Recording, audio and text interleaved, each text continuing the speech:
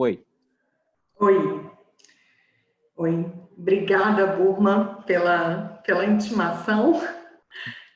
No início, pega a gente de surpresa, assim, eu até falei que eu demorei uma meia hora para... Mas aceito com muito prazer. Sabe o quanto eu gosto, né, de estar participando dos eventos, sabe o quanto a UBA se tornou minha casa, de certa forma, uma família ambiental de todos nós, uma segunda família, uma irmandade, né? E como esses eventos, as quartas ambientais, mesmo antes das quartas ambientais, né, os webinars, nos propiciaram uma ação muito bacana, que a gente potencializou coisas que ficavam só uma semana nos nossos encontros, e acho que a parte boa dessa pandemia foi nos aproximar mais ainda que virtualmente.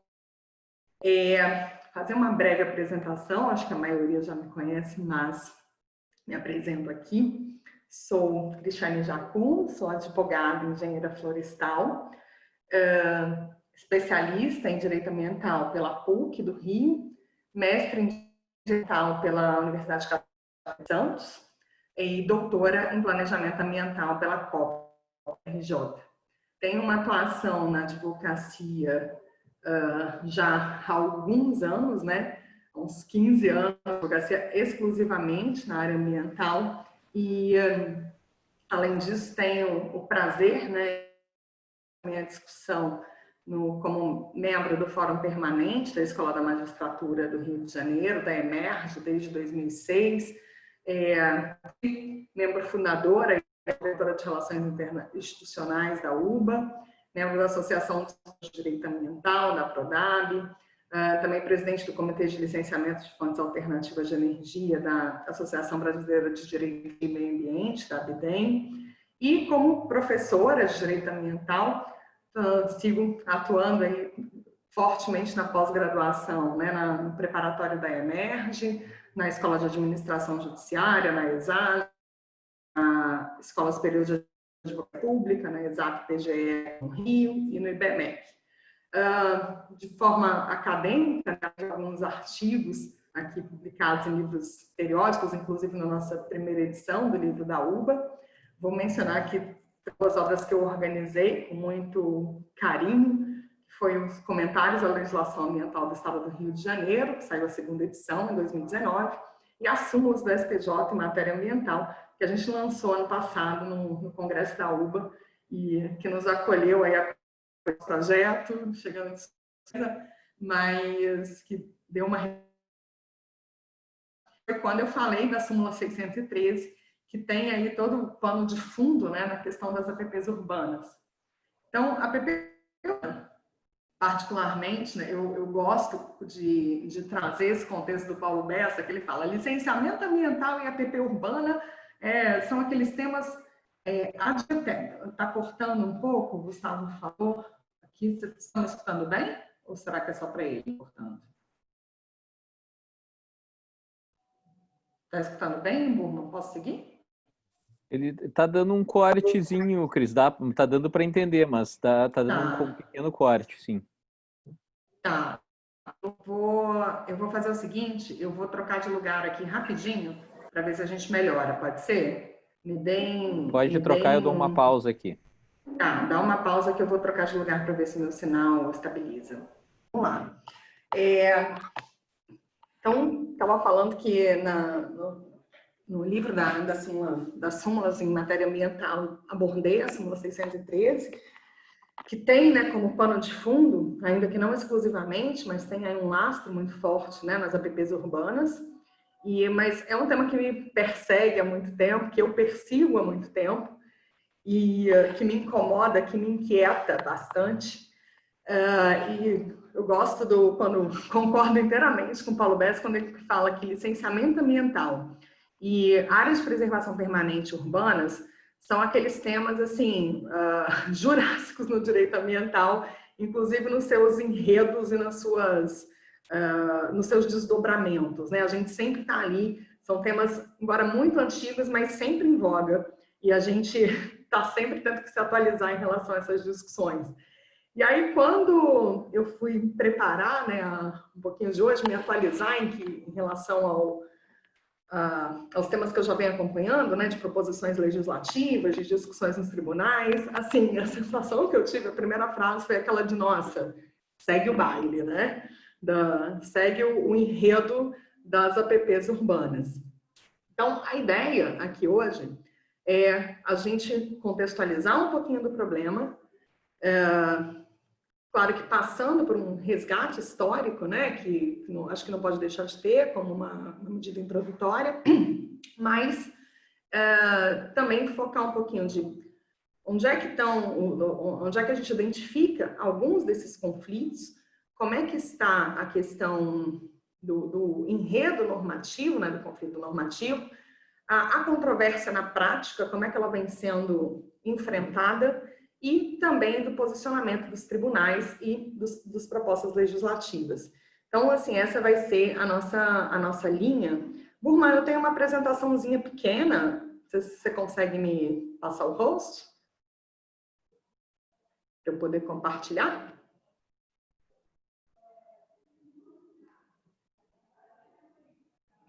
Enquanto o Burma me passa o host, de antemão agradeço de novo a todos os amigos aqui.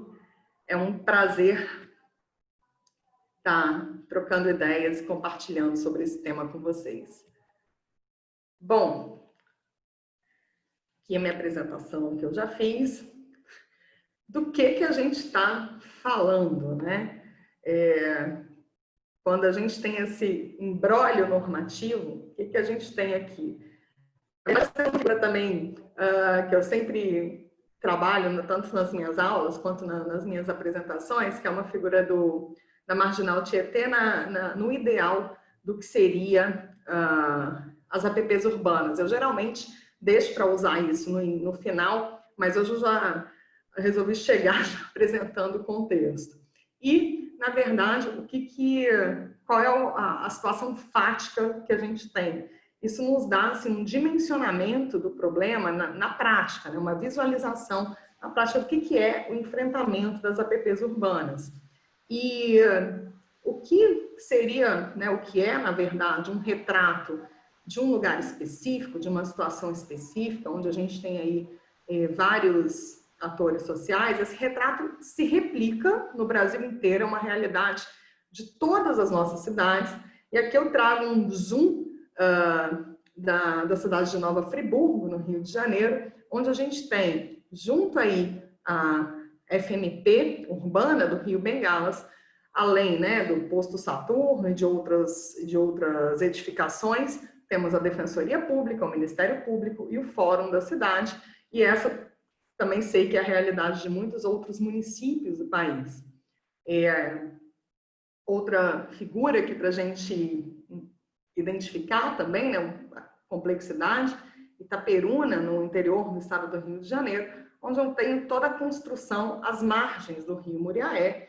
E eu brinco que não é a realidade só do Brasil, eu acho que é cultural da humanidade, né? A humanidade se desenvolve, ela procura a margem dos rios para poder se estabilizar. Isso é com o Nilo, é com o Tâmisa, é com o Rio Ganges, é com todos os rios em vários países.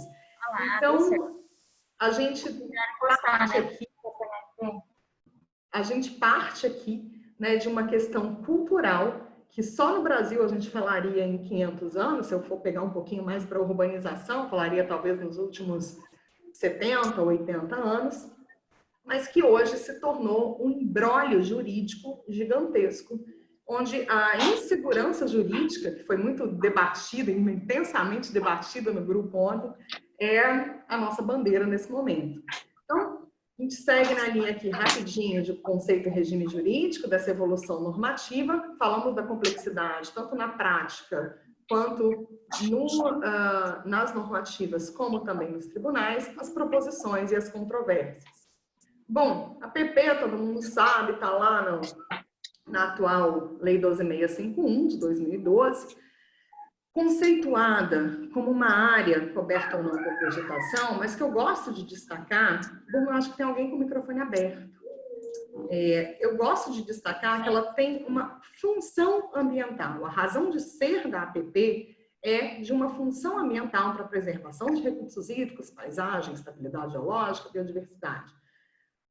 Se a gente resgatar um pouquinho, for um pouquinho além desse conceito da APP no Código Florestal, na verdade ele remete, né, ele advém do conceito de florestas protetoras lá do primeiro Código Florestal de 1934, que, no entanto, embora remetesse a esse conceito de florestas protetoras, ele não delimitava uma metragem, um tamanho, o que acabava se fazendo um conceito inócuo.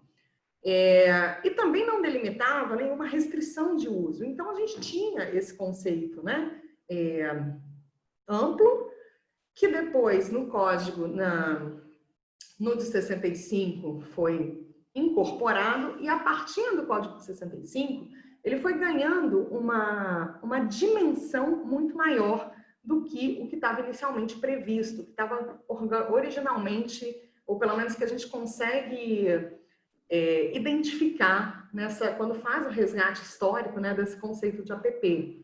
As APPs, elas têm um regime de proteção, de manutenção de vegetação, ou da sua obrigação de recomposição, passando a ser uma obrigação no próprio terreno, onde a intervenção, a supressão ou a supressão pode ocorrer apenas nos casos de utilidade pública, interesse social e baixo impacto ambiental, todos mediante autorização do órgão ambiental. E essas hipóteses também, como a gente sabe, são hipóteses que são, pelo menos, de utilidade pública e interesse social, são taxativamente previstas no Código Florestal, perdão, utilidade pública e interesse social taxativamente previstas no Código Florestal, e o baixo impacto ambiental, além daquelas hipóteses ali taxativamente previstas, embora utilidade pública e remeta social remeta ainda a possibilidade, né, de outras por decreto, no caso de baixo impacto, a gente tem a possibilidade dos estados, através do CONEMA, identificarem outras atividades como baixo impacto para fins de uma regularização, uma possibilidade de intervenção ou de supressão da vegetação em APP. E todas essas também, ressalvando, né, fazendo essa ressalva, que todo esse regime jurídico, esse conceito de APP, foi, assim como todos os demais outros artigos do Código Florestal, né, tiveram a sua constitucionalidade reconhecida através das ADIs. Um ponto que eu destaco também é que o próprio conceito de interesse social, né, lá do artigo 3º, ele já traz a possibilidade de regularização fundiária em assentamentos humanos predominantemente de população de baixa renda, nas áreas consolidadas. Então, a área consolidada é um conceito que vem muito forte aqui é um mote da Lei 12.651. Ela evolui bastante, né, no conceito, dentro do conceito de área rural. No de área urbana, entretanto, o que a gente observa, a despeito de algumas tentativas, né, havia uma previsão legal que foi vetada pela presidente, ela mantém o mesmo imbróglio, a mesma complexidade que havia na legislação anterior. E aí eu coloco aqui também, só porque a gente vai fazer em um dos nossos enredos normativos, a gente tem aqui a regularização de APPs em áreas urbanas através de normativas dos conselhos estaduais, com base nas hipóteses de intervenção em APP do artigo 3º, inciso 10. Bom, o ponto de partida, que eu acho para a gente encarar, né, para a gente começar a entender o Código Florestal, com as APPs, o problema das APPs, ele está relacionado à evolução conceitual e normativa dessas áreas. Na redação original, né, do Código de 34, a gente já mencionou que era um conceito de florestas protetoras sem nenhuma delimitação espacial. Na redação original da Lei 4771, pelo menos aqui a gente vai focar, como a gente vai falar de área urbana, a gente vai estar focando nas faixas marginais de proteção, né, aquelas atualmente previstas no inciso 1 do artigo 4º. Na redação original, eu tinha uma metragem mínima de 5 metros e uma metragem máxima de 100 metros. Com a modificação da lei, pela Lei 7511 de 86, o que era inicialmente de 5 passa a ser 30, e o que era inicialmente de 100 passa a ser 150, só para a gente ilustrar as metragens mínimas e máximas. Em 89, ainda uma segunda modificação da 4771, o que era 30, né? O que já tinha se tornado 30 se mantém 30, e o que era 150 passa a ser 500.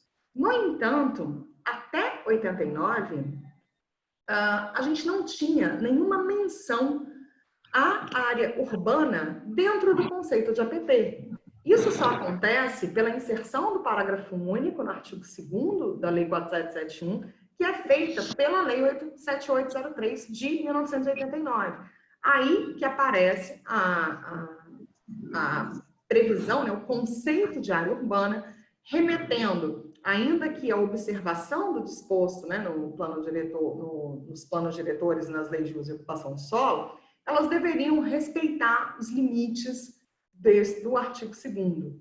Também, como a gente já sinalizou aqui, né, esse conceito, né, essa metragem, ela é repetida na Lei 12.651 de 2012, incluindo aí no caput, né, zonas rurais, as áreas de preservação permanente incidindo em áreas rurais e urbanas, mantendo a metragem mínima de 30 metros e a máxima de 500 metros, e repetindo também a possibilidade do uso do plano diretor. Então, o fato, e ainda somado a isso, em paralelo à legislação florestal, a gente acresce, né, a essa discussão a Lei de Parcelamento do Solo, que é de 1979. Então, numa análise muito rápida, e eu aqui faço a remissão, né, que esse esquemazinho foi elaborado pelo João Emanuel, está disponível aqui no artigo que ele escreve no site direitoambiental.com. A gente tem entre 66 e 79, pela redação original, um mínimo de 5, máximo de 100, e eu não tenho nenhuma previsão em área urbana. Em 79, com a Lei de Parcelamento do Solo, eu passo a ter o conceito de faixa não edificante, de 15 metros, que não é uma APP, é um conceito diferenciado, e aí sim, essa incide sobre a área urbana. No entanto, até então, né, a despeito de ocupações irregulares em faixas de APP, em faixas marginais de proteção, né, que advém de uma questão cultural da humanidade, como a gente falou, eu não tinha maiores conflitos de interpretação legislativa, porque me prevalecia, né, o entendimento eu não tinha o conceito de APP dentro do Código Florestal, e eu aplicava de APP urbana dentro do Código Florestal, e acabava aplicando a Lei de Parcelamento do Solo. Como a gente viu, a partir de 86 eu passo a ter esse conceito, e somente em 89, a partir de 86 eu tenho as distâncias aumentadas, né, as distâncias mínimas principalmente, que é o nosso foco aqui, e a partir de 89, aí sim passo a falar de área urbana. Outro ponto importante é que, com a medida provisória 2166 de 2001, que acabou depois se convertendo em lei, eu até tenho também o conceito de área urbana, mas se insere aqui o conceito de função ambiental, o que é replicado em 2012 pela Lei 12.651, sempre atrelando o conceito de função ambiental, a função ambiental no conceito dessas áreas de preservação permanente.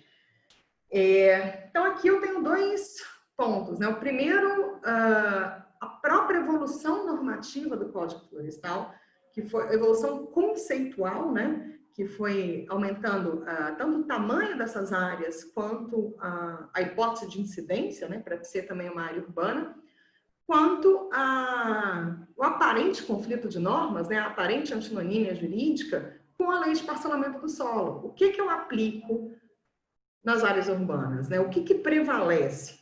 E ainda se acresce, né, a essa discussão que percebe que pós-Constituição de 88, os municípios ganham aí uma competência diferenciada para tratar de questões urbanísticas. e para disciplinar o uso e ocupação do solo, e como isso está sendo encarado pelos tribunais, porque, na verdade, eu tenho uma sucessão de normativas na mesma hierarquia, né, no mesmo patamar aí de leis federais, mas a esse imbróglio a gente ainda vai acrescer também legislações estaduais e legislações municipais.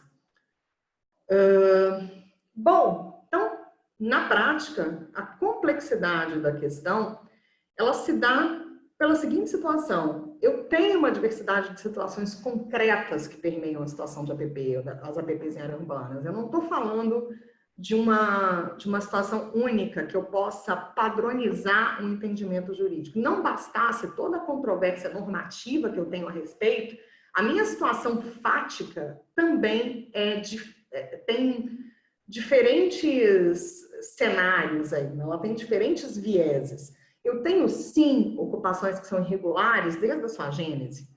Eu tenho áreas que são remanescentes em ocupações consolidadas, que são vazios urbanos, que eventualmente tiveram um parcelamento do solo, consoante com a lei vigente à época, que toda a vizinhança construiu, e quem não construiu agora se vê cerceado, né, de usar essa área, ainda que, por ocasião, né, que o local tenha sido regularizado de acordo com a legislação vigente.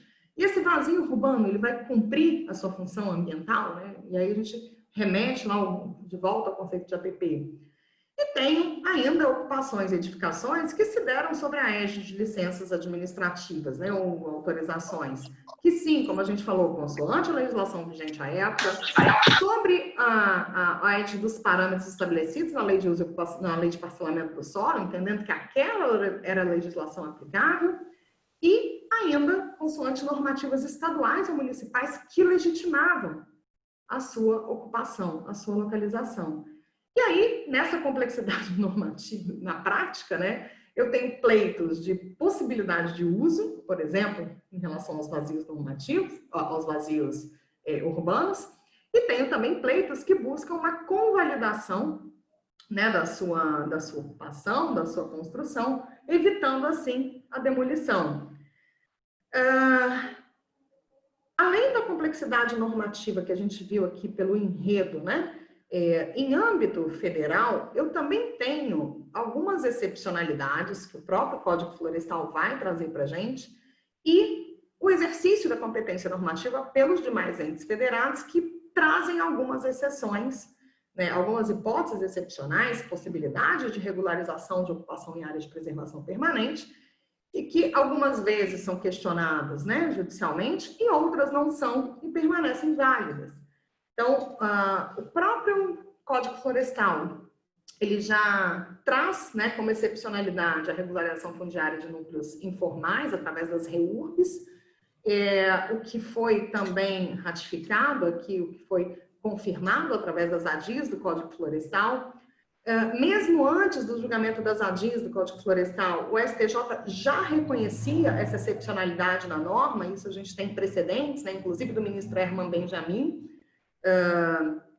Então, para mim, esse é um assunto incontroverso. Eu acho que a regularização fundiária de núcleos urbanos informais, né, através das REURBs, acho que a gente tem talvez uma outra dificuldade na prática de como implementar. Mas, em relação à sua admissibilidade, eu acho, assim, particularmente, um dos poucos pontos pacíficos que a gente tem em relação às APPs urbanas. Legislações estaduais ou municipais, por exemplo, que excepcionam a regra da legislação florestal. Já vi que Flavinha Teixeira está aqui e ela sabe melhor do que ninguém do decreto 42356 de 2010, que inclusive advém aí de um trabalho excelente feito pela Flávia. Aqui no Rio de Janeiro, a gente tem desde 2010, ainda sobre a vigência do Código Florestal anterior, um decreto que permite, caso a caso, tá, no âmbito de um processo de licenciamento, uma demarcação diferenciada das FMPs. Então, essas FMPs, que em princípio seriam de 30 metros pelo Código Florestal, elas podem ser de 15, podem ser de 6 metros, claro, isso caso a caso dentro de um processo administrativo. O Estado de Santa Catarina também tem a sua possibilidade lá no Código Estadual de Meio Ambiente, que trazia e esse Código Estadual do Meio Ambiente de Santa Catarina, ele é famosíssimo também, né? Outro embrólio que desde a sua gênese aí teve a sua constitucionalidade questionada, mas está lá vigindo a todo vapor, e ele leva para os municípios a possibilidade de legislarem sobre o tema, e muitos municípios o fazem, né? E o Estado de São Paulo, que recentemente, a legislação mais recente na lei que dispõe sobre o Programa de Regularização Ambiental, sobre o PRA, ela traz um dispositivo em relação às APPs consolidadas, APPs urbanas, que inclusive foi objeto de questionamento judicial, mas que foi validado. Depois disso, ano passado, tivemos uma deliberação normativa do CONSEMA, reconhecendo, lá com base no artigo 3º do Código Florestal, né, no conceito de atividades de baixo impacto ambiental que podem ser regularizadas pelos estados. A gente tem uma deliberação normativa do CONSEMA que reconhece a regularização de edificações em imóveis urbanos em APPs que tenham perdido as suas funções ambientais. Importante destacar, o Rio de Janeiro também trabalha com esse conceito de perda de função ambiental, como uma hipótese de baixo impacto ambiental e, portanto, delineia aí um mecanismo de regularização. Algumas dessas normas questionadas, outras não. O fato é que em algum momento produziram efeitos e ainda não produzem. Aqui só um detalhamento, né, em relação ao Rio de Janeiro, no caso, né, para se identificar essa possibilidade de nova demarcação da FMP, a gente tem alguns requisitos a serem identificados no local, né, área antropizada, função ecológica inexistente, alternativa de recuperação inviável pelos custos excessivos, hipóteses aferidas caso a caso pelo órgão ambiental, aí podendo trazer, e também tem um outro componente aqui, que é o cálculo de vazão do curso d'água, podendo aí trazer a FMP até para 15, 5 ou 1 metro, com autorização para regularização de edificações. Santa Catarina, com o artigo 122A, numa alteração do Código Estadual de Meio Ambiente, levando a competência para os municípios para disciplinarem sobre áreas urbanas consolidadas no seu plano diretor, inclusive com os requisitos de uso e ocupação do solo, um kit de ADIs, né, ainda sem nenhuma, ou pelo menos que não impactam diretamente a dicção desse artigo.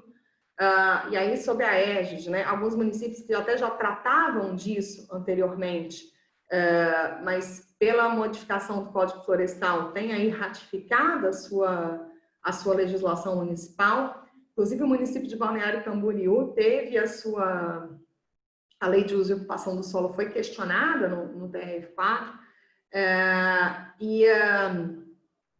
foi reconhecida que a inconstitucionalidade, mas ela subiu e o STF suspendeu os efeitos dessa decisão, da decisão de segunda instância, uma decisão do ministro Gilmar Mendes, até que o pedido, né, até o exaurimento aí do processo. Então, declaração de inconstitucionalidade foi julgada, que tinha sido julgada parcialmente procedente, teve a sentença, teve os efeitos suspensos por uma decisão do STF. Bom, o Estado de São Paulo, como a gente falou, com a Lei de Programa de Regularização Fundiária, o artigo 40, né, traz a possibilidade de construir em lotes oriundos de parcelamento registrado, desde que respeitadas as APPs exigidas na época da implantação do loteamento, e aí traz um pouquinho, né, um pouco de viés de segurança jurídica, de tempo régio ato. Esse artigo ele foi declarado constitucional pelo TJ de São Paulo, inclusive mediante interpretação conforme, aqui com uma ou outra modulação, mas ainda não reduzindo completamente seus efeitos.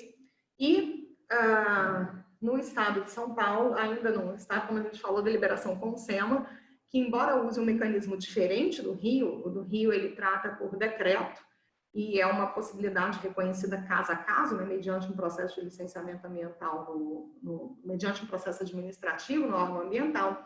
Aqui na deliberação normativa CONSEMA, ela reconhece sobre outro viés, como a gente falou, que é a das APPs de baixo impacto.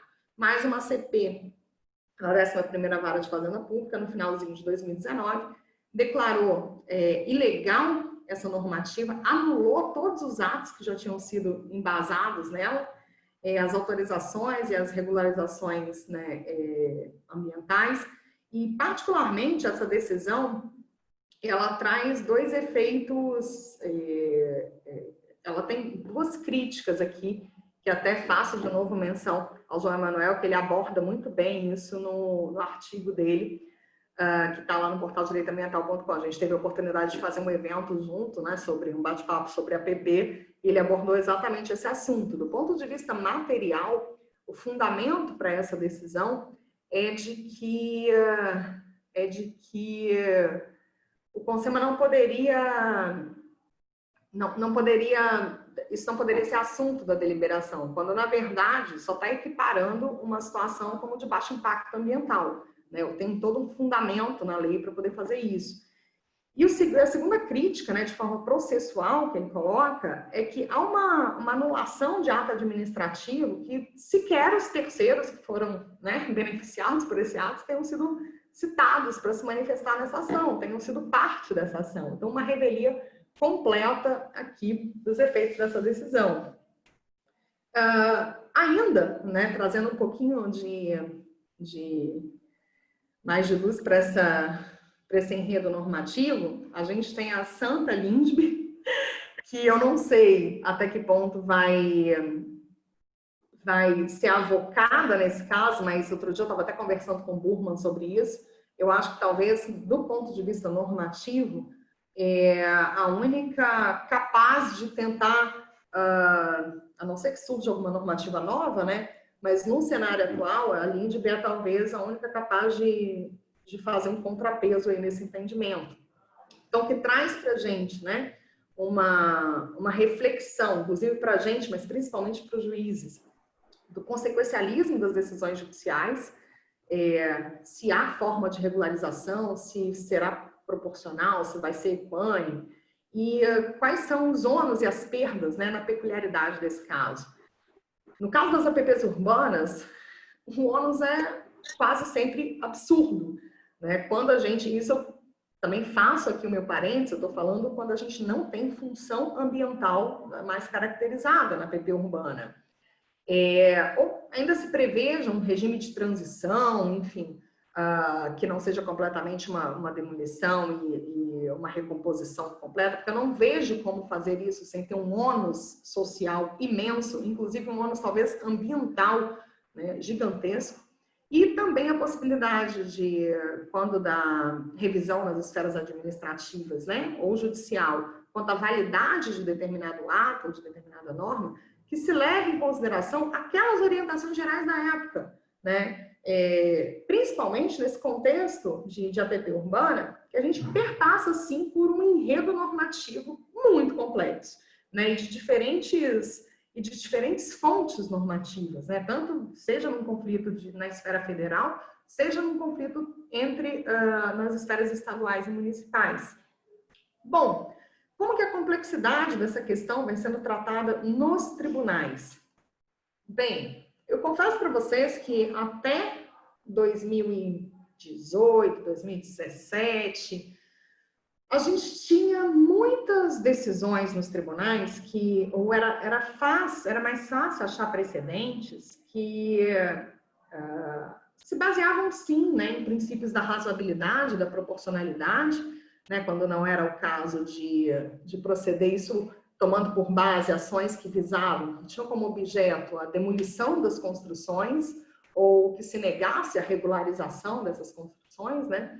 Mas que se entendia que a demolição e a recuperação não era razoável ou proporcional diante da situação fática em que estava caracterizada aquelas APPs, com sua perda de função ambiental.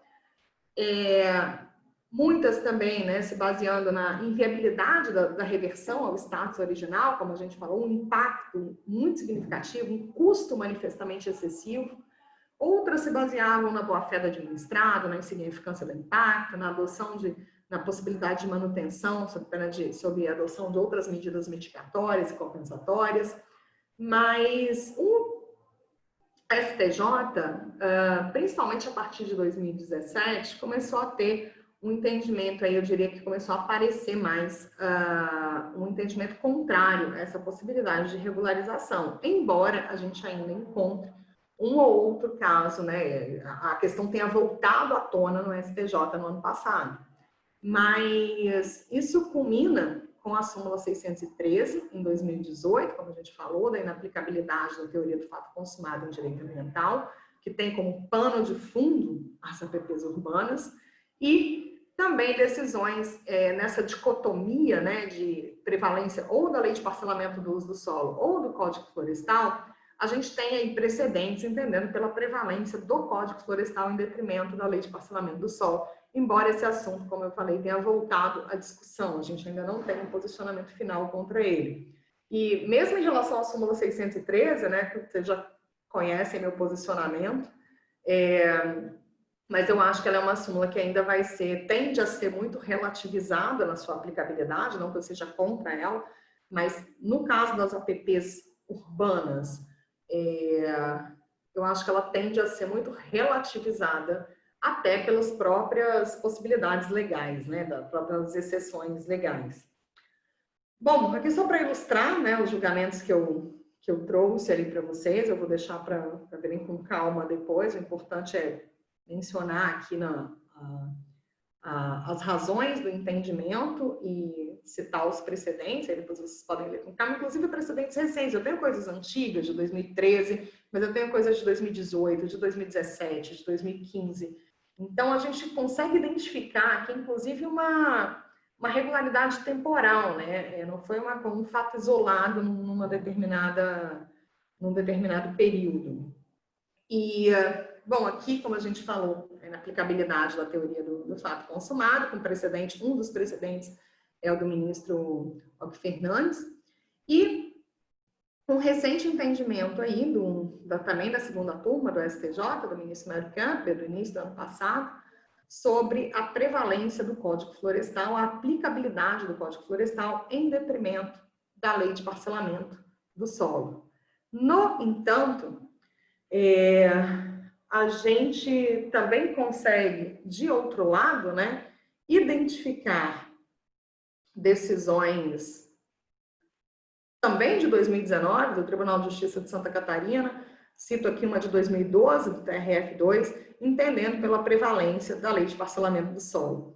O fato é que o assunto é muito discutido, né, em Santa Catarina. Santa Catarina tem um posicionamento até bem peculiar, e não por isso, três recursos especiais de Santa Catarina, transformaram o tema aí, né, em um tema de repercussão geral, tá, sobre o tema 1010, que está sob relatoria do ministro Benedito Alves. A data da afetação é de maio de 2019, e o que está submetido, né, a esse julgamento é o seguinte: qual a extensão da faixa não edificável dos cursos d'água em trechos caracterizados como APP urbana consolidada?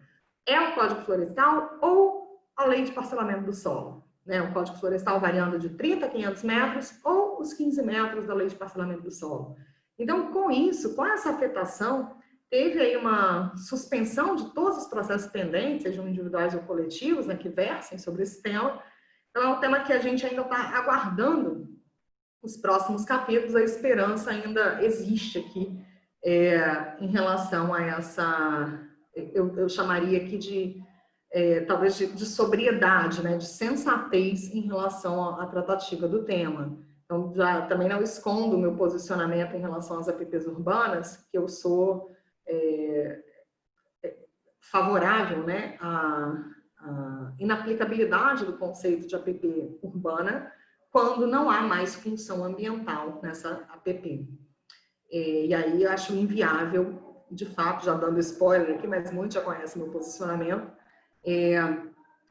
quando eu acho inviável essa recuperação, acho que custos manifestamente excessivos e impactos absurdos.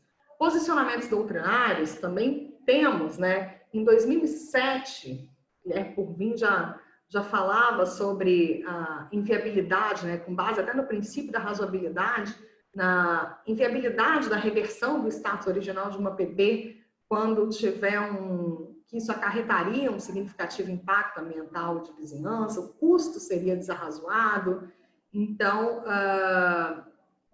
que não seria nem necessário invocar, né, a regra do direito adquirido, a teoria do fato consumado, porque eu me fidio muito a essa corrente. Eu acho que não é questão de invocar a teoria do fato consumado. A teoria do fato consumado é a última coisa que a gente precisa avocar nesse momento.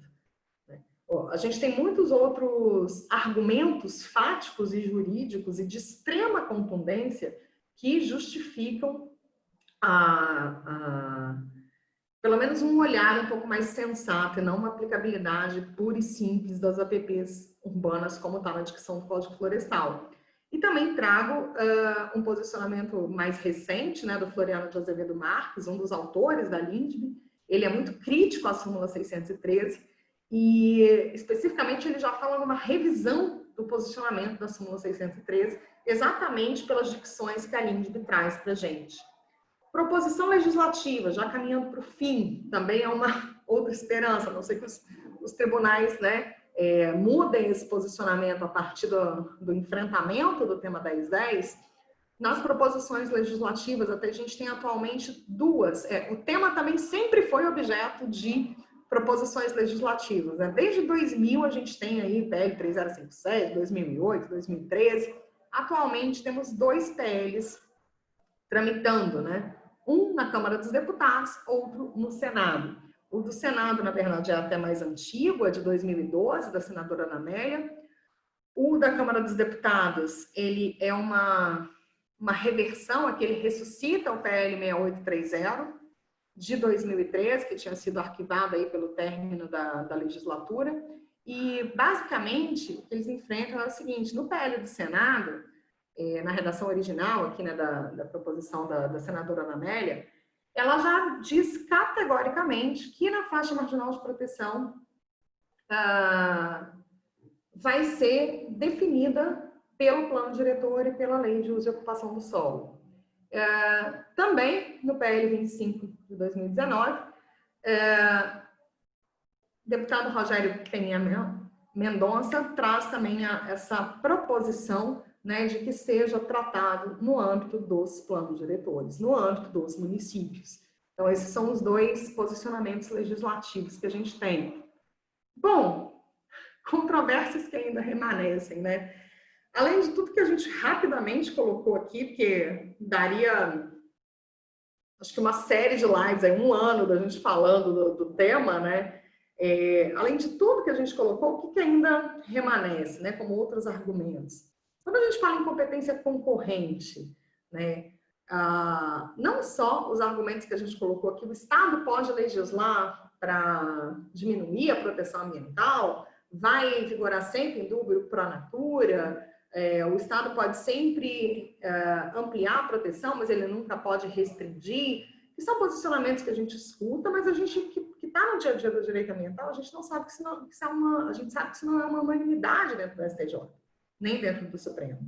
São correntes doutrinárias adotadas em determinados posicionamentos, e se a gente procurar, inclusive assim, né, no tema de competência, né, o que vale o interesse local, é a peculiaridade local, e o Marcos Abreu também tem um livro que todo mundo adora, né, que enfrenta muito bem a competência legislativa, e ele demonstra que as várias correntes doutrinárias sobre competência legislativa, o exercício da competência legislativa pelos estados e municípios, né, competência concorrente, e a gente encontra precedentes nos tribunais superiores que adotam todas essas correntes que a doutrina fala, né, que a doutrina dissemina.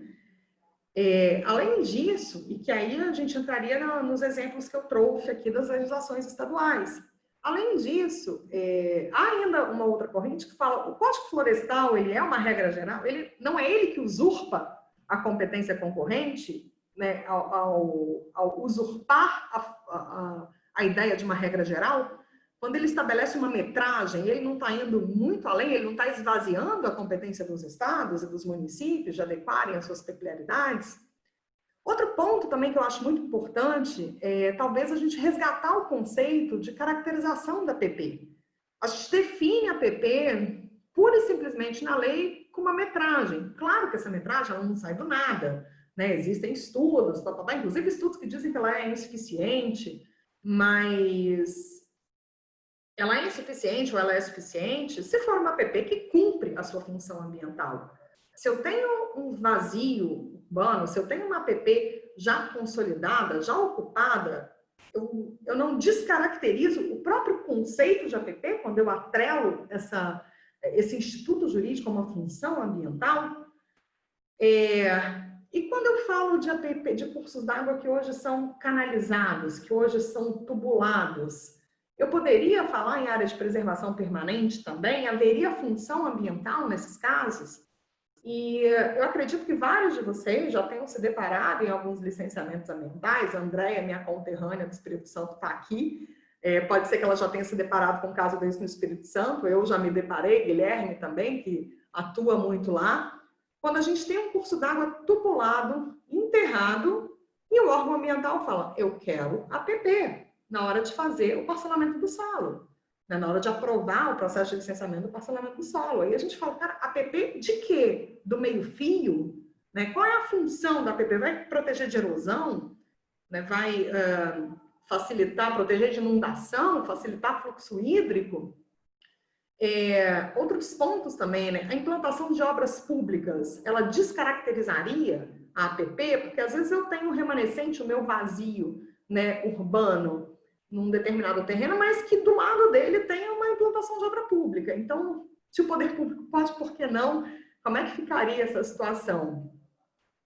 As exceções do Código Florestal, a REURB, como eu falei, eu acho mais tranquila, mas a exceção que o Código Florestal abre para intervenção de baixo impacto, que São Paulo adotou essa linha, né, que o Conselho adotou essa linha, já foi objeto aqui de questionamento judicial. E, por fim, a questão da perda da função ecológica, que a gente já comentou, mas também sobre o ponto de vista, e aí eu acho que por mais batido que seja esse argumento, mas ele é um argumento orgânico, né, da questão, que é a proporcionalidade e a razoabilidade de uma demolição e uma decisão de recomposição ao status anterior. Então, essas eram as considerações que eu tinha para fazer em relação às APPs urbanas. Eu lamento se eu frustrei a expectativa de vocês, de alguns de vocês, no sentido de trazer trazer aqui, o Cristiane vai chegar com uma notícia boa, né?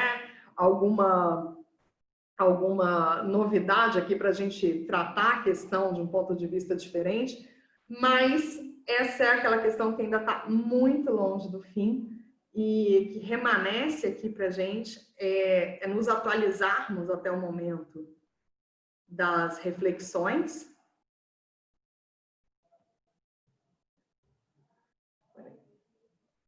Estou tentando parar de compartilhar aqui. Nos atualizarmos até o momento dessas reflexões sobre as APPs, de como o assunto vem caminhando, tanto do ponto de vista legislativo, quanto do ponto de vista, né, normativo, que já existe, mas também de proposições normativas e de posicionamentos, né, dos tribunais, para ver se de repente tem aí uma reviravolta no entendimento dos tribunais.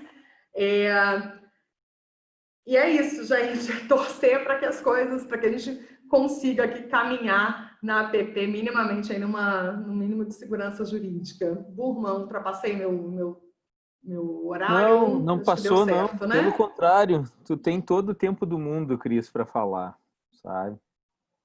Todo o tempo para falar, e foi excelente, né, a tua apresentação, né, a tua capacidade de síntese, né, de um assunto tão complexo, né, que ainda não tem solução, né, ainda a gente tem, ainda bem que está em aberto, né, o tema 1010 do Ainda STF, bem, ainda bem. pode considerar que ele está em aberto esse assunto, né, a gente tem algumas outras experiências além, aqui, por exemplo, no Rio Grande do Sul, né, aqui tem um parecer da Procuradoria do município de Porto Alegre que aborda bem essa questão, foi feito na época que eu estava na prefeitura, e aborda todo esse aspecto, fala de função ambiental, área consolidada, obra no tempo, né? Os vazios urbanos, pega todos. Exato, a gente tem uns pareceres muito bacanas. Eu queria ter tempo aqui para poder trazer todos, né? Colocar os argumentos, mas a gente vai colocar no artigo, Burman.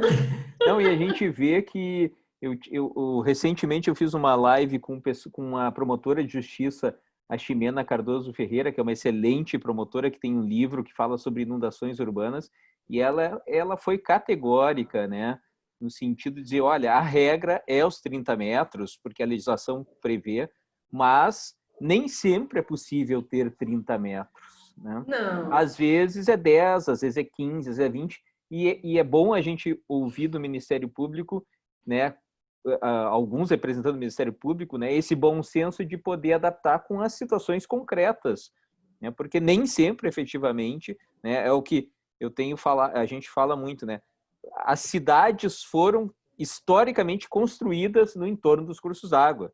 Né, negar essa possibilidade, ou esse fato histórico, essa contextualização, é negar a história, vai né? afronta, né, a história. Né, e 30 metros numa zona urbana como Rio de Janeiro, Porto Alegre, São Paulo, é um convite à invasão. É um convite à invasão que vai prejudicar, né? Vai prejudicar ainda mais o meio ambiente ainda, né? Não tenho a menor dúvida. Mas eu vou abrir a palavra aqui para os colegas que estão, né? Recife também, Mônica, sem dúvida, né? Tem uma pergunta aqui eu vou passar a palavra em seguida para o Denis, mas tem uma pergunta aqui para ti, do Vitor. Se a criação de APPs, né, além do Código Florestal, o Estado ou o município ele pode criar uma área de preservação permanente por um ato normativo próprio, ou não seria possível de acordo com a nova legislação, a 12.651? Eu entendo que sim. Nesse caso, o Estado e o município podem, sim, criar novas APPs, né, no exercício da sua competência legislativa concorrente. Acho que até nesse ponto é bem menos polêmico, é perfeitamente possível. Aqui no Rio de Janeiro, a gente tem a APP de Costão Rochoso, pela Constituição Estadual. E aí, imagine, né, aquelas casas de Angra, de Búzios. É um convite também, mais uma vez, a uma odisseia aqui, né, de se vai, se não vai, de regularização, mas eu entendo que sim. Então, o Estado e o município podem criar novas APPs perfeitamente, né, pelo exercício da competência concorrente. Que o façam com bom senso e não em áreas tão consolidadas, como a gente vê. Eu tenho um pouco de dúvida em relação a isso. Você tem dúvida, Burman? Né? Tenho dúvida, então sim. Coloca a sua posição aí. Não vou entrar nesse debate agora, porque eu acho que tem muita mais gente aí perguntando. Vou passar a palavra para o Denis, né, que foi o primeiro a se inscrever, e depois eu vou passar. Denis, por favor, abre teu microfone, teu vídeo também. Por favor. O vídeo está liberado aí, né? Só pedindo seja objetivo para a gente oportunizar todo mundo falar. Perfeito. Pessoal, boa tarde a todos. Primeiro, parabéns, viu, doutora Cristiane? Excelente explanação aí, nos auxiliou muito. É um tema aqui do cotidiano de Uberlândia, tá? Uberlândia, nós tivemos uma dificuldade gigantesca, porque existe um bairro aqui que foi constituído e depois a Secretaria Municipal de Meio Ambiente começou a barrar os alvarás de construções, porque existiam nascentes, né, que corriam, né? As águas passavam pela pavimentação asfáltica. E aí o que acontece? Nós criamos aqui uma resolução pelo Conselho Municipal de Desenvolvimento Ambiental que deliberaram, falaram assim, olha, aquilo foi ocupação antrópica consolidada, mesmo que eu tenha um ponto de demarcação, porque o que o Código Florestal faz? Ele pega no artigo lá no 4º, traz os pontos de demarcação ou locais de incidência em que eu vou puxar uma metragem e vou dar, né, características de área de preservação permanente naquele local. Mas não possuindo a função ambiental, eu não consigo, então, que aquilo ali seja um APP. E onde que eu vejo que está o ponto falho de toda essa discussão? Quando eu pego o órgão ambiental, recebendo uma demarcação de APP feita por biólogo, por geógrafo, por topógrafo, por agrimensor, Ele vai na lei, pega o ponto de demarcação, córrego, nascente, rio, e puxa essa metragem.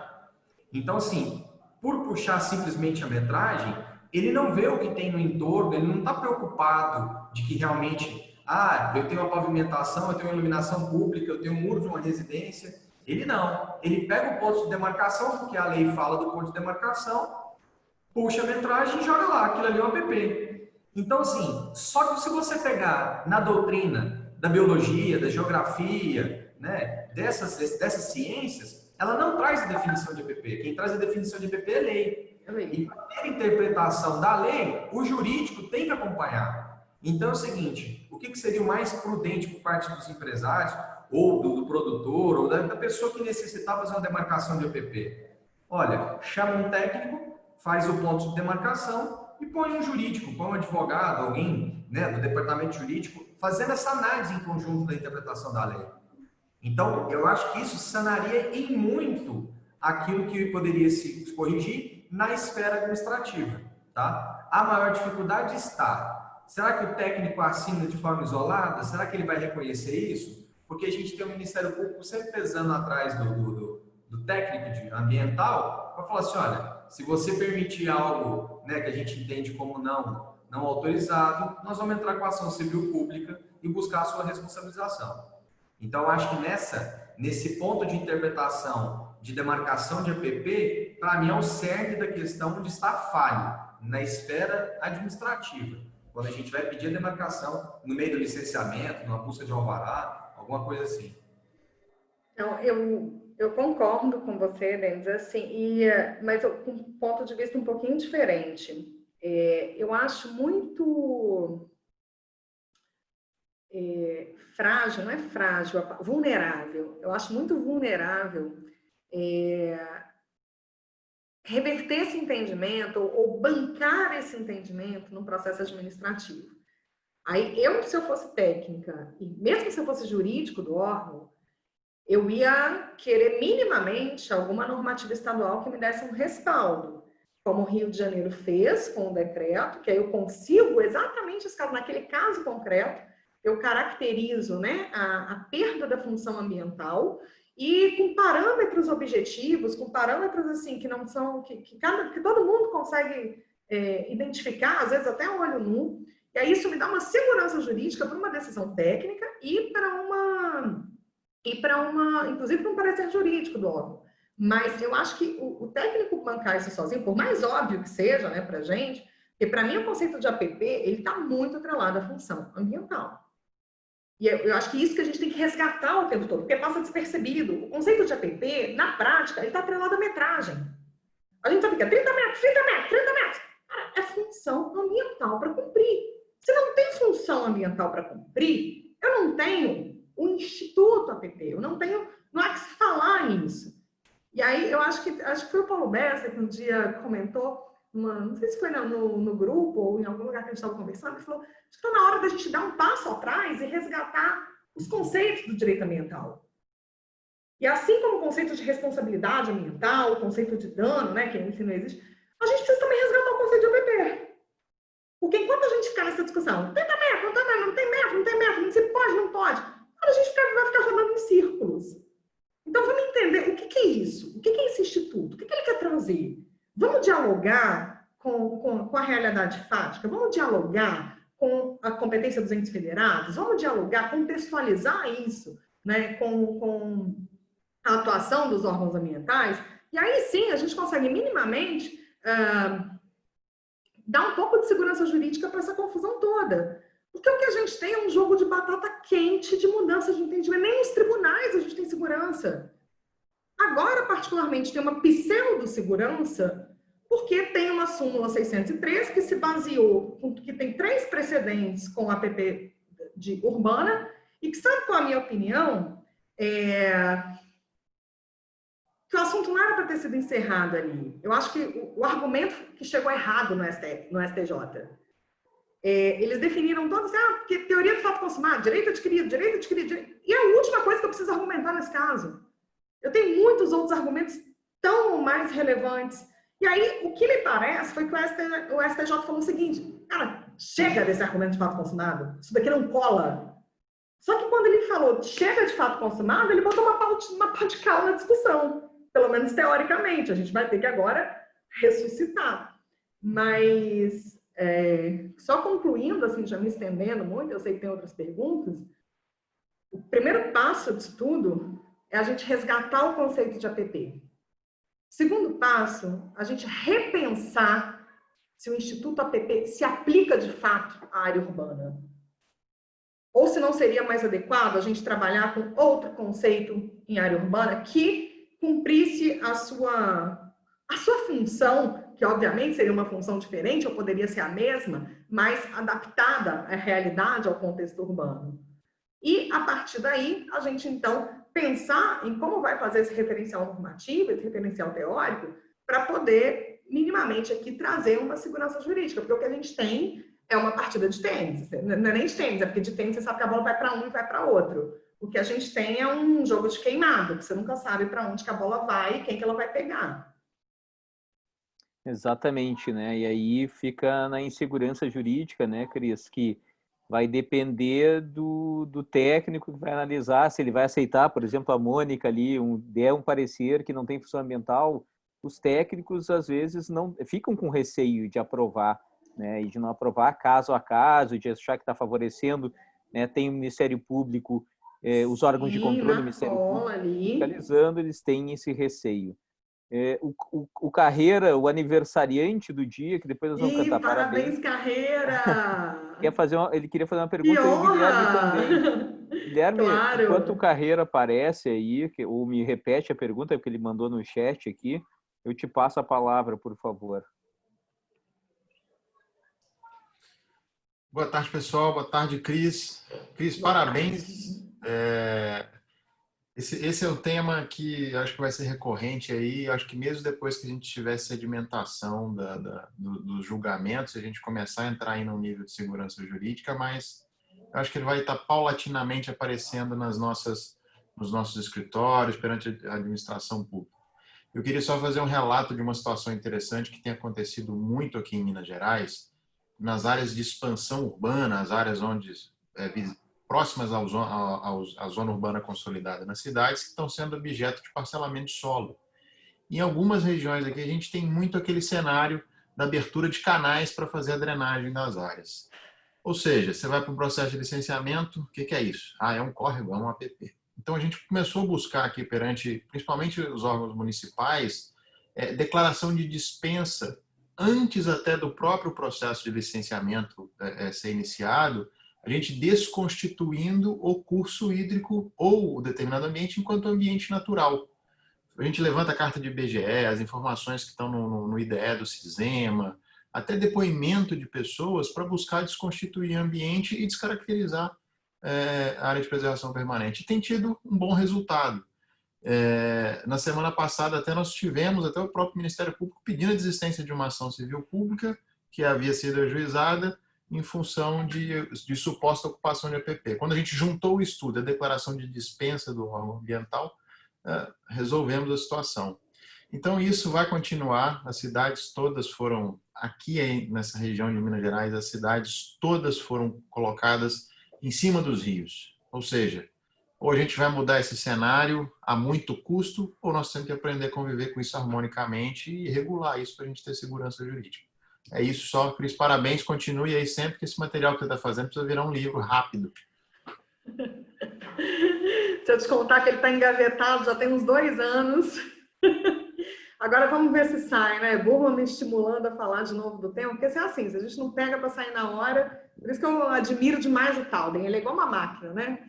Mas se a gente não pega, a gente acaba sendo assoberbado com as coisas, mas tem um materialzinho aqui na gaveta já, vamos ressuscitar. Carreira. Obrigada, Guilherme. Carreira, parabéns. Parabéns aqui. Obrigado aí, pessoal.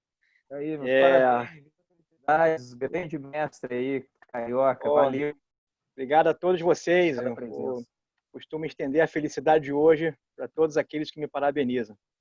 E parece que o ano vai ser bom, né? Dizem que o dia do aniversário inicia o ano da pessoa e só termina ano que vem nesta mesma data. Então, tudo que acontece nesse dia se reproduz por um ano. Então, Cris, parabéns pela live, adorei. Não, minha pergunta é bem rápida e prática, né? Aqui no Norte Fluminense, por exemplo, no estado do Rio de Janeiro, nós temos um problema muito sério com a APP, inclusive urbana, que são alguns canais de drenagem de algumas antigas fazendas de cana, né, que hoje já estão dentro do próprio plano diretor da cidade, por exemplo, de Macaé, de Quissamã, né, de Carapebus. Então, a área já é urbana, consolidada, mas as secretarias municipais de meio ambiente ainda as consideram como áreas de preservação permanente, né? Como é que você vê hoje? Como é que poderia ser uma abordagem, digamos, não falo sobre o aspecto técnico, né, mas sobre o aspecto jurídico mesmo desses canais de drenagem, que hoje, na verdade, são quase que cursos hídricos totalmente antropizados.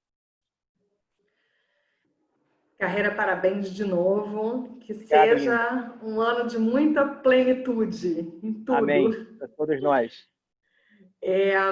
Então, estamos falando de canal de drenagem. Acho que com canal de drenagem, a gente fica com uma situação fática um pouco mais flexível para regulamentar. Nesse caso de município, eu arriscaria a normativa municipal. Eu arriscaria a normativa municipal expressamente afastando o conceito de APP, de FMP, para os canais de drenagem. E, inclusive, até talvez da FMP da Lei de Parcelamento do Solo. Tá? Para não dizer que afastou o solo do Código Florestal, afasta também da Lei de Parcelamento do Solo. Porque a ideia da FMP na Lei de Parcelamento do Solo é você resguardar uma área para fazer meu Deus, não é dragagem é de porto, para fazer limpeza, né, de canais. Então, se a gente está com uma área antropizada, se isso também não se vislumbra, e olha, obviamente, a situação fática, mas em sendo canal de drenagem, eu acho mais fácil ir pela via municipal e descaracterizar especificamente por legislação municipal. E porque a maioria dos municípios, o que aconteceu? A vegetação começou a crescer, né? Ela não foi objeto de manutenção. O que era drenagem, quando a fazenda existia à época, né, se transformou literalmente num condutor de hídrico, condutor hídrico mesmo ali. E aí, no entorno, começou-se uma série de edificações, né? A área efetivamente se consolidou e o órgão ambiental municipal, né, pelo IBGE, por exemplo, ali não há curso hídrico. Pelo IBGE, Guilherme, ali está caracterizado literalmente como canal de drenagem, ponto, para uma antiga fazenda. Então, na revisão de um plano diretor, eu entendo que o próprio município tinha que considerar isso, né? A descaracterização, né, a expansão urbana para aquela área, né, e classificar no próprio zoneamento do plano diretor como um urbano consolidado. Mas não é isso que está acontecendo. Os secretários municipais querem aquelas áreas verdes, assim bem entendidas, como áreas de preservação permanente, o Código Florestal. Vamos resgatar o conceito de APP de novo, assim, e compatibilizar com a questão urbana.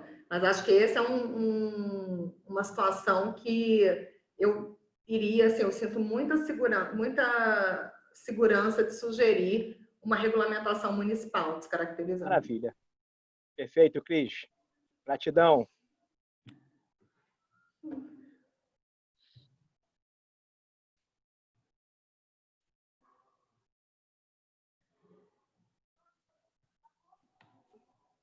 Burman, próximo? Ai, é que eu caí a minha internet caiu, apareci agora de novo.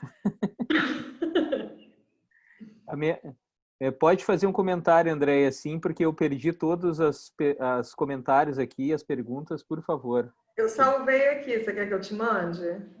Pode, não, mas agora o pessoal ainda que quiser falar, se inscreve aqui. E a Andréia aí, nossa querida colega do Espírito Santo, vai falar. Por favor, Andréia. Bom, boa noite a todos. Cristiane, mais uma vez, parabéns. Você trouxe aí nas suas considerações de controvérsias todas as perguntas que eu tinha imaginado para poder te bombardear, porque aqui no Espírito Santo, como você conhece bem, eu acho que não é só uma questão do Espírito Santo, mas a situação aqui é muito delicada. Os municípios, principalmente no interior, eles são pautados demais pela atuação do Ministério Público e há um temor gigantesco. Mas eu quero plagiar o Talden na segunda-feira, que ele reproduziu a pergunta de um amigo dele. Então, tem uma amiga minha. Nós temos duas perguntas aqui para ver se a gente chega na mesma situação de descaracterização da função ambiental da APP. Uma é a situação em que o município ele faz uma via, ou seja, ele corta ele faz uma via na APP de curso hídrico, e o cara que tem um lote pós a APP, o município exige que ele deixe o distanciamento aí, como se ele ainda tivesse, o lote dele ainda continua na faixa da APP, que foi cortada por uma via. Então, se na sua avaliação isso seria uma descaracterização, e a outra situação é em decorrência de uma área, objeto de um loteamento, em que eu tenho uma canalização em determinado trecho, eu estou falando um curso hídrico de 50 centímetros, não chega a nenhum metro, e que eu tenho uma canalização em determinado trecho, em outro não, depois eu tenho outro trecho também, se isso seria suficiente para a gente tentar aí uma tese de descaracterização da função ambiental para o todo, ou não, eu tenho que brigar pela não APP onde foi canalizado e aceitar uma APP onde não foi. Né? Eu queria te ouvir um pouquinho a respeito disso. Parabéns, mais uma vez. Obrigada, André. Ainda bem que eu já sinalizei aqui algumas perguntas que você ia fazer. Você tinha falado, tô cheia de perguntas. Eu falei, ai. Bom, mas vamos lá. Primeira coisa, né? Uma via pública. Se isso descaracterizaria uma APP. Eu entendo, embora esse seja um argumento, seja um mote de algumas controvérsias, alguns autores, alguns doutrinadores defendem, né, essa possibilidade, a gente vê isso em alguma argumentação. Eu, particularmente, neste caso, eu sou um pouco reticente. Eu pareço muito moderna, que eu já falei com a minha posição, né, final de defender a APP, mas eu sou uma moderna conservadora em alguns pontos. Eu entendo que isso é um pouco delicado, porque a via pública, não necessariamente ela descaracteriza a APP, porque você tem a possibilidade de utilização da APP pela utilidade pública e interesse social, que a via pública se enquadra nesse conceito. Então, a gente não... Estou pensando assim, como advogado do diabo, né? Como Ministério Público, como juiz. Uma coisa que eu falo, não, via pública, ela é excepcionalidade de intervenção em APP. A via pública, por si só, ela não descaracteriza a APP. Descaracterizar a APP, eu preciso analisar o contexto. Então, assim, ela de plano, no meu entendimento, ela sozinha, só pelo fato da obra pública estar ali, ela não descaracteriza. Precisa ser analisada junto com o contexto. Se eu tenho outros elementos, né? Uma pavimentação, uma ocupação maior, se eu já tenho outras construções, aí sim, eu acho que se soma ao fato de também ter uma via pública, mas ela por si só, eu não acho que descaracterize. E é nessa mesma linha que eu também me posiciono em relação à sua segunda pergunta. Se esse curso d'água, né, que está canalizado e está um pouco aparente, está canalizado e está um pouco aparente, como é que você trabalha essa descaracterização? Tem que ser no entorno, tem que ser no contexto. Voltemos para a função ambiental da APP. Ela tem que cumprir uma daquelas funções. Se o entorno não me dá essa possibilidade, ainda que eu tenha parte aparente, parte canalizada, aí sim. Mas eu acho que a raiz está sempre nesse entorno, né? nessa função. Eu iria por essa linha. Acho possível, desde que o entorno te traga essas outras premissas de descaracterização. O Código Ambiental de Santa Catarina, se não me engano, André, ele tem indicação expressa de que cursos d'água canalizados, eles não são mais APPs, não geram mais APP. E eu tenho uma decisão nesse sentido também. Curso d'água retificado não gera mais APP. Então, claro que são uma decisão isolada né? Mas tem argumentos para isso, né? E tem argumentos para todos os lados, né? Infelizmente, não só para os positivos. Não, mas guarda essa aí pra gente, hein, Burma? Essa é importante. Principalmente se é um precedente raro, guarda essa pra gente. Sim, sem dúvida. Compartilha depois. Mais alguém quer fazer algum comentário? A Yara fez uma citação aqui, o Denis aqui está fazendo um texto aqui. Não vou conseguir ler todo, evidentemente. Gostaria da exposição. Há uma presunção legal que as festas permanentes em cada destino da geração. Entretanto, a partir da inclusão, deixando a pessoa principal tal. A citação da Yara Maria de Gomes de Gouveia, que é a questão da contextualização da função ambiental, da APP, no caso.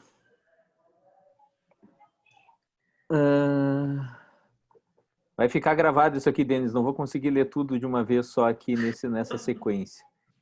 Pessoal, mais alguma pergunta, mais um comentário, mais algum questionamento? Vocês fiquem à vontade. Eu, particularmente, Andréia, eu vou aderir ao teu... acho que nessa questão da via pública, né, para mim, eu acho que concordo com a Cris, né, no primeiro momento, só que para mim a via pública ela vai ao encontro do que ela falou antes. A via pública descaracteriza a função ambiental da APP.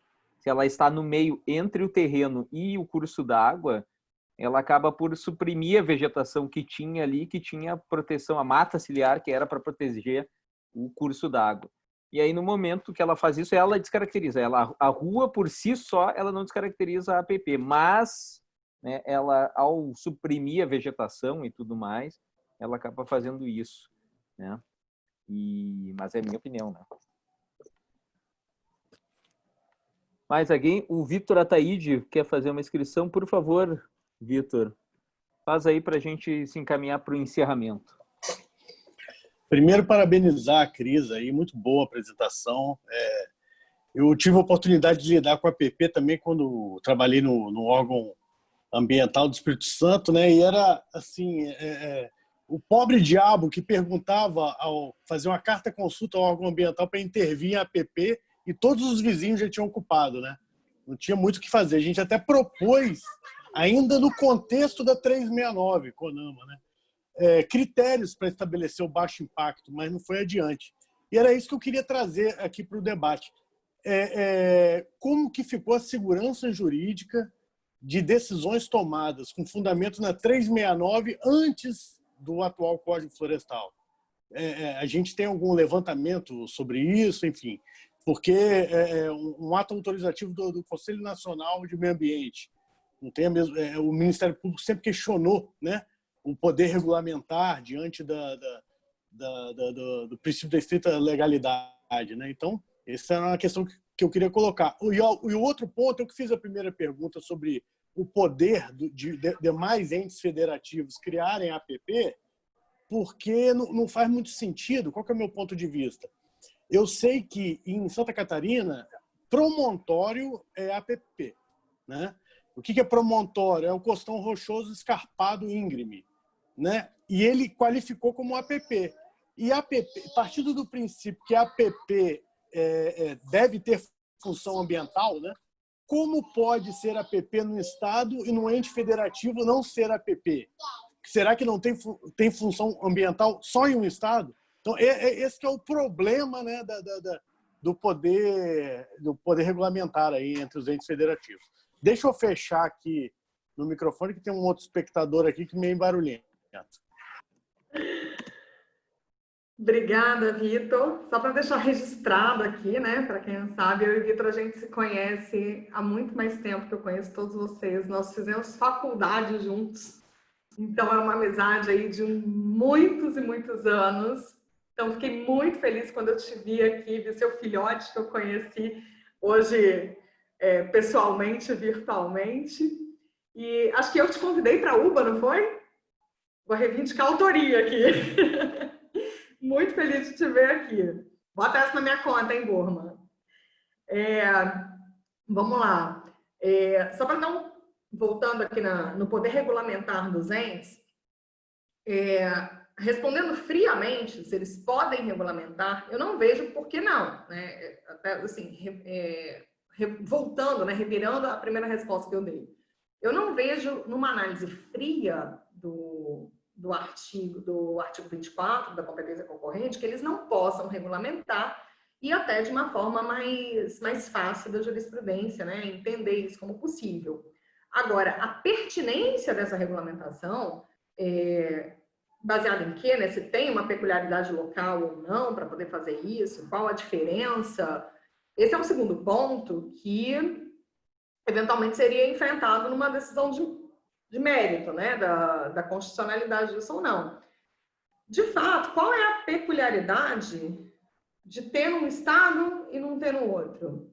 Mas, ainda que, né, a gente vá por esse modo, por essa linha, o STF, cada hora entende de um jeito. Tem hora que ele entende que justifica a peculiaridade, tem hora que ele entende que não justifica. Então, assim, o problema é que a gente não tem nem parâmetro dos nossos tribunais para, pelo menos, capilarizar o que seria interessante ou não, né? O que seria factível aqui de se fazer ou não. E até para ilustrar o exemplo, eu não vou nem tanto na competência, né, que é o tema super, ultra, mega controverso aqui do direito ambiental, eu vou na própria vocação do Código Florestal. Quando o STJ, quando os tribunais, a doutrina, querem, né, eles fazem valer o Código Florestal em detrimento de uma norma. E quando não querem, afastam o Código Florestal em detrimento de outra norma. Vou citar 2 exemplos aqui que estão bombando no momento. Né? Código Florestal é lei de parcelamento do solo, Código Florestal é lei da Mata Atlântica. Então, por que com a lei de parcelamento do solo prevalece o Código Florestal e a gente tem entendimento de que com a lei da Mata Atlântica prevalece a lei da Mata Atlântica e não o Código Florestal? Então, o que eu vejo é assim, é um festival de argumentos e a gente tem a menor ideia de onde é que o tiro vai pegar, quem que o tiro vai acertar.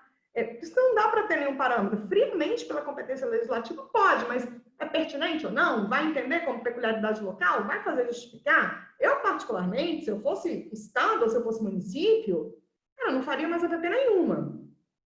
A não ser que fosse uma coisa estritamente ali, né, peculiar, mesmo que eu acho que o que a gente tem já basta e já é suficiente para muita coisa. Não faria mais APP nenhuma. Mas, enfim, também, por outro lado, não vejo como não fazer. E, à medida que fazem, aí vai para o gosto dos tribunais, se naquela situação concreta ali vai fazer prevalecer o Código Florestal ou não. Porque nem esse parâmetro a gente tem, né? Se ele vale ou se ele não vale em determinado caso. Em relação à segurança jurídica da 369, a gente não tem segurança jurídica para nada, né? Estamos revivendo e revoltando aqui as decisões judiciais. Se alguém tem algum ato que foi autorizado ou negado pela 369, fica quieto, porque é questão de tempo que te achem. Você não viu a deliberação Consema, que simplesmente, em um ano, ele falou, revoga tudo e deixa de estar tudo válido, sem sequer as pessoas participarem do processo. Com posicionamento já pacificado no STJ, que em caso de ações ou individuais ou coletivas, os afetados, aí, eles têm que ser citados a participar. Isso é posicionamento incontroverso. O STJ de São Paulo não quis nem saber. Então, assim, segurança jurídica da 369 segue o baile, igual a segurança jurídica que a gente não tem, né, em relação a todas as outras questões aqui especificamente, que não se restringem à APP urbana, mas que no caso das APPs urbanas são aqui muito materializáveis, né? Muito fácil da gente identificar. Muito bem, Cris. Mais alguém quer fazer alguma consideração, algum comentário?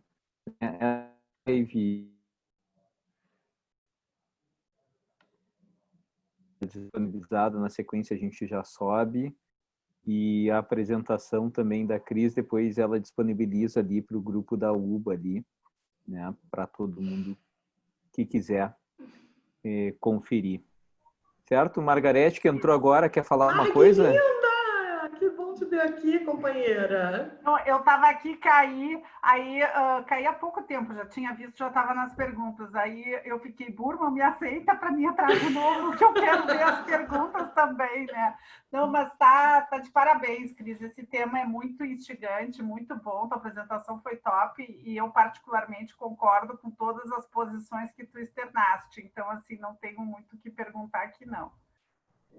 Ai, Marg, me dá uma segurança jurídica quando você concorda comigo. Imagina se você entra num debate igual aquele de ontem com o Coque. Eu ia adorar. O Coque é ótimo. Joia. Ele é muito bom, mas ele tem uma posição diferente da minha, um assunto que até eu estou escrevendo com a Roberta sobre compensação, né? Eu discordo. Veemente, mas assim, ele tem a posição dele, né? E aí a gente fica debatendo, é legal, né? Essa parte, assim, essa diversidade é legal. Mas o Coque está aqui, né? Ele está mandando aqui, ó, adoro vocês, né? Eu falei até pela profundidade da argumentação dos dois, né? Porque é um debate, assim, de mega alto nível. Eu falo, cara, se Margarete discorda e vai num debate naquele nível de profundidade que ela estava com o Coque, eu não sei se eu vou conseguir responder a altura do Coque aqui. Mas o Coque sempre chama para tomar vinho depois. Ele não te chamou dessa vez, hein, Marg? Ele tem um histórico aí de discussões homéricas no grupo e depois ele sempre chama para um vinho. Ah, eu topo, mas é um vinho virtual, né? Porque como o povo sabe aqui, eu tenho minhas comorbidades, né? Eu tenho mais de uma, né? Então, assim, é só por tele mesmo, né? Muito Obrigada, bem. amiga, pela presença.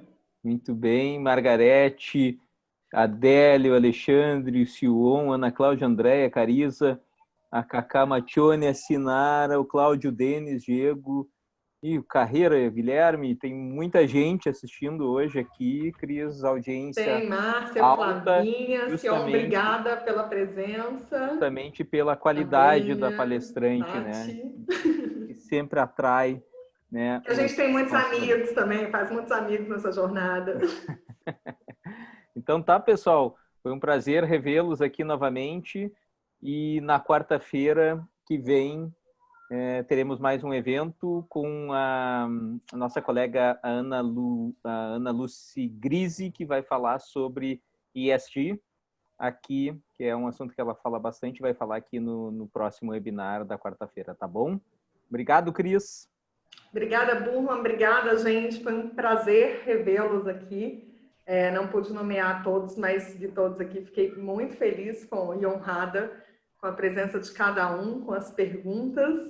E próxima vez eu vou aceitar mais fácil, Burma. Adorei. Tá bom, então. Beijo e abraço para todo mundo. Tchau. Um beijo grande, gente.